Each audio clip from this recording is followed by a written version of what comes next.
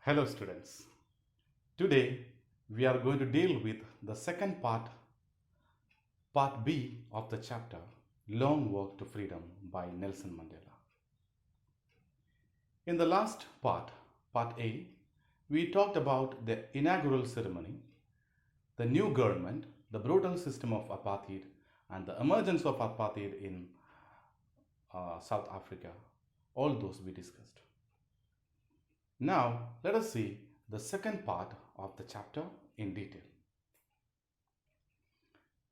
That day had come about through the unimaginable sacrifices of thousands of my people whose suffering and courage can never be counted or repaid.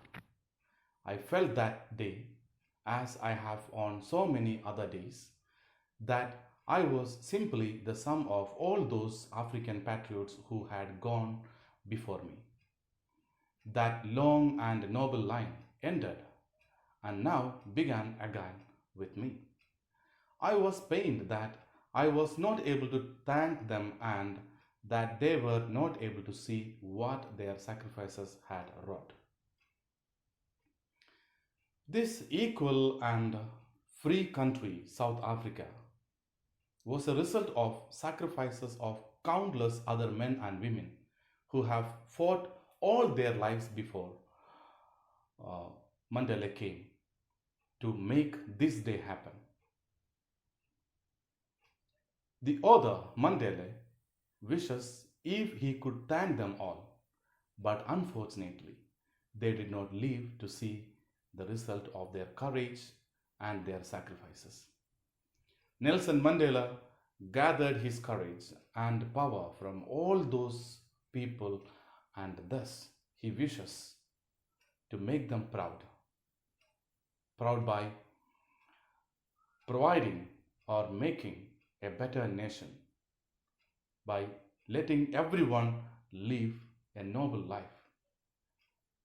that they were deprived of during the reign of British in their country. The policy of apartheid created a deep and lasting wound in my country and my people. All of us will spend many years, if not generations, recovering from that profound hurt. But the decades of oppression and brutality had another unintended effect, and that was that it produced the Oliver Tambos, the Walter Sisulas, the Chief Lutulis, the Yusuf Dados, the Bram Fishers, the Robert Subukwes of our time. Men of such extraordinary courage, wisdom, and generosity that their like may never be known again. Perhaps it requires such depths of oppression to create such heights of character. My country is rich in the minerals and germs that lie beneath its soil. But I have always known that its greatest wealth is its people, finer and truer than the purest diamonds. According to Mandela, the policy of oppression has caused a deep wound in the minds of the people of South Africa. And it will take a long time for them to move on. It may be taking years, it may take sometimes generations for them to recover from the trauma that they have experienced all through the reign of British in their country. But if he was sure about one thing, that will take time. And he mentions that this hard time had its negative impacts, but it also exposed a lot of strong and courageous men like Oliver Tambo, the Walter Sisulas, the Chief Lutilus, the Yusuf Dadus, the Bram Fishers, the Robert Subukwes, who stood up and raised their voice against injustices. You might have noticed that Mandela used the definite article the before proper nouns. By this usage, he is not just simply mentioning the people he mentioned right now, But he points to all the people who stood against the oppressive rule of the white people in South Africa. He assures that such people may not be seen in his country again because it requires that level of unjust treatment as it was done by the white people on the people to produce such great heroes. What Mandela says is people of that courage and sacrificing mentality may not be seen in the country again because if such people have to be born, it needs to have such brutality as it was displayed by the British. He promises that in his country, under the leadership of the black people, there will be no such brutal treatment against anyone. South Africa, he says, is rich in minerals and germs, but the greatest strength of the country it's not the gems or minerals, but it is the people of South Africa themselves. He has that confidence in them. It is from these comrades in the struggle that I learned the meaning of courage. Time and again, I have seen men and women risk and give their lives for an idea. I have seen men stand up to attacks and torture without breaking, showing a strength and a resilience that defies the imagination. I learned that courage was not the absence of fear, but the triumph over it. The brave man is not the one who does not feel afraid, but he who conquers that fear.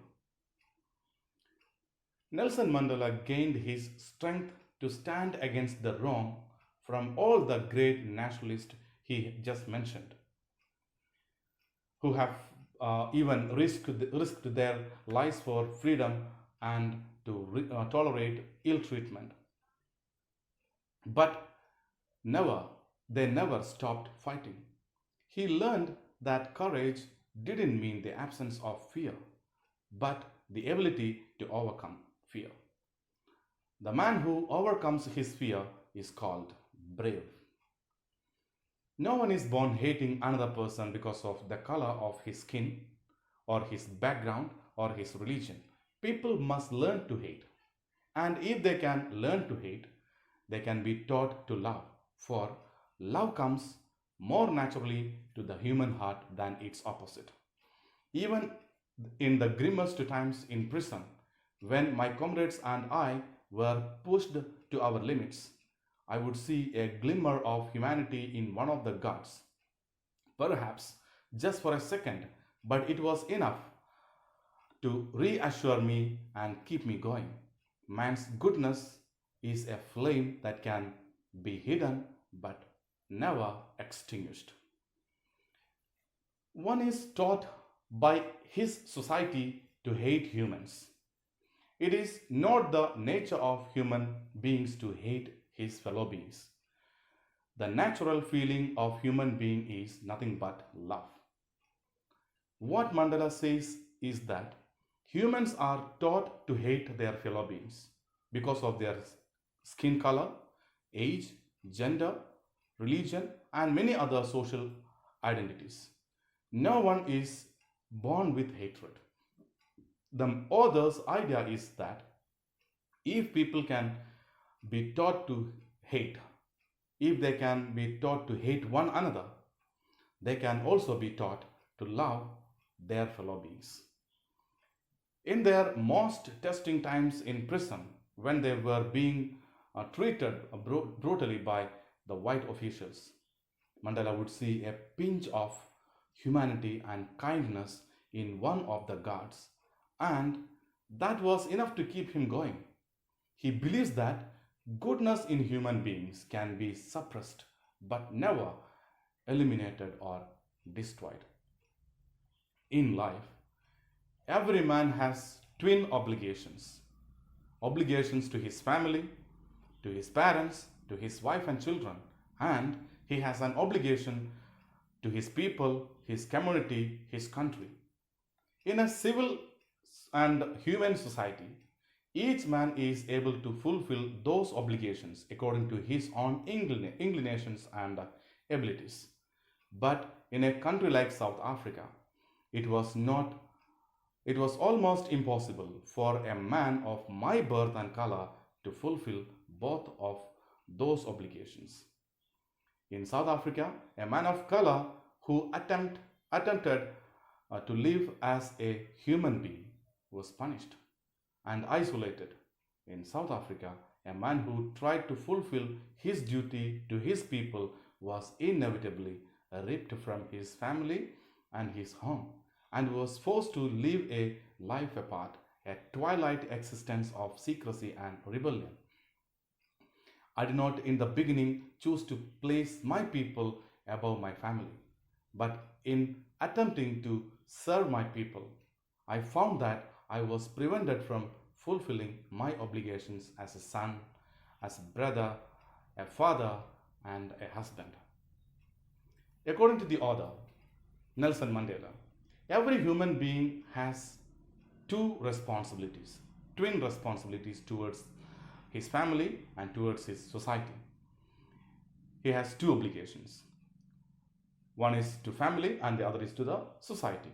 Generally, under normal circumstances, a person can maintain the balance between the two, but in countries like South Africa, it was never so easy.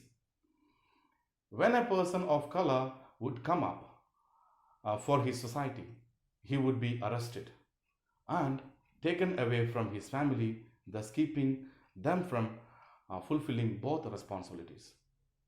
In the beginning, Mandela did not put his people over his family, but it was only later when he realized that in order to be there for his people, he was compromising his duties towards his family, his duties as a son, as a father, as a husband, all those he was compromising for the sake of the people of South Africa.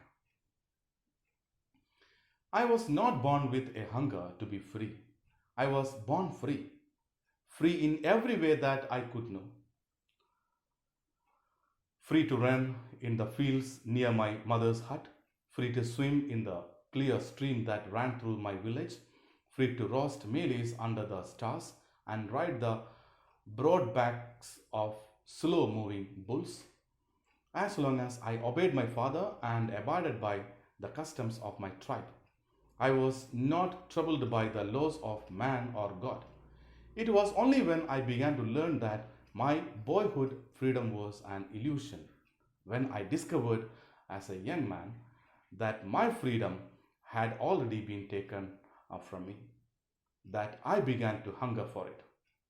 At first, as a student, I wanted freedom only for myself, the transitory freedoms of being able to stay out at night, read what I pleased, and go where I chose. Later, as a young man in Johannesburg, I yearned for the basic and honorable freedoms of achieving my potential, of earning my keep, of marrying and having a family, the freedom not to be obstructed in a lawful life. Mandela did not have the plan to stand against the apartheid system early in his life. He lived his childhood like any other normal child in South Africa. He only had to follow the rules set up by his father or the customs of his tribe. As soon as he grew up and began to learn the facts as to how people of color are treated, he decided to stand against that system, the apartheid system. He had this urge for freedom from inside, early, earlier just for himself, like able to stay out at night, read whatever he wanted, go wherever he chose to, all those. And later for having basic life, not just for himself but for everyone. In Johannesburg, they had to struggle for having a peaceful marriage, family, and basic amenities, which everyone has access to where law and order exist. But then I slowly so that not only was I not free, but my brothers and sisters were not free. I saw that it was not just my freedom that was curtailed, but the freedom of everyone who looked like I did. That is when I joined the African National Congress, and that is when the hunger for my own freedom became the greater hunger for the freedom of my people.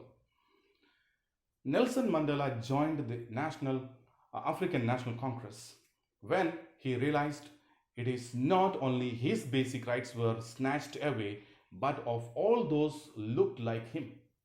He had this fire inside him to free his people from the injustice. It was this desire for the freedom of my people to live their lives with dignity and self respect that animated my life, that transformed a frightened young man into a bold one, that drove a law abiding attorney to become a criminal, that turned a family loving husband into a man without a home, that forced life loving man to live like a monk. I'm no more virtuous or self sacrificing than the next man. But I found that I could not even enjoy the poor and limited freedoms I was allowed when I knew my people were not free. Freedom is indivisible. The chains on any one of my people were the chains on all of them. The chains on all of my people were the chains on me. It was this fire, the desire for freedom, that changed his life completely as a man. From being scared to be brave, a lawyer to the one who breaks the law or a criminal, a family man to a man without a home, and a lovely man into being a monk. It was the knowledge that he and his people have restricted freedom that made him into a selfless man as opposed to before. According to him, freedom cannot be divided, it is indivisible. Snatching it away from anyone was equivalent to taking it away from everyone, and that meant taking it away from him. I knew that the oppressor must be liberated, just as surely as the oppressed. A man who takes away another man's freedom is a prisoner of hatred. He is locked behind the bars of prejudice and narrow mindedness. I am not truly free if I am taking away someone else's freedom, just as surely as I am not free when my freedom is taken from me. The oppressed and the oppressor alike are robbed of their humanity. In this closing part of this chapter, Nelson Mandela mentions that the need to free the oppressor is someone who puts others in hardship. The need to free the oppressor is as high as that of the oppressed, because the oppressor is bounded by the shackles or chains of hatred. He has the weight of all the people who he has tormented or tortured, for he carries the curse of all of their family. When the oppressor takes away someone else's freedom and makes them prisoners, he becomes a prisoner of biasness. Thus, he is robbed of his humanity and need to be freed. He loses his humanity. When he has no humanity, he has no freedom. Black people were all set to show the white people what real humanity is by not taking revenge on them. 80% South Africans, black people, and 20% white British people there in South Africa. This majority of South Africa now, they could take revenge on them when they got the power, but they did not take that opportunity to take revenge on them. Instead, they preferred to live a harmonious life along with both black and white people there in South Africa.